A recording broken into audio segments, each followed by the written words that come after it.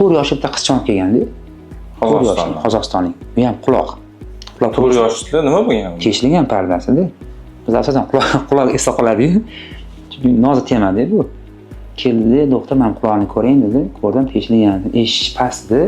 Yaxshi bizdan eshitmayapti dedi. Ko'rsam, katta teshib turibdi. Men operatsiya qilishga yamash kerak desam, qaysi usulda qilasiz? Birinchi savol shu bo'ldi. Qanchadan qilaman? Endoskop bilan qilaman desam, qilsa bo'ladimi dedim. Ha, bo'ladi, ko'p qilamiz bunaqa desam. Endi yosh jihatidan rekord o'sha edi. 5 yosh qilgandim. 4 yoshda endi qilishim edi. Lekin tashqi yo'li zo'r, keyin pardasi ham tekis joylashgan. Bor qilamiz dedik, qildik. 20 kundan keyin bolalardan tez bitadi parda. 20 kundan keyin dedim, keldi, gubkasini olsam, shunaqa chiroyli bitibdi, asha zo'r.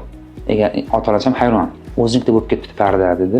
Endi bilmadim, endi bitta bemorni yaxshi davolagandan keyin timol boshqa davlatda borib shunaqangi mahallaga, tanishlarga qardosh rosa maqtanganmi?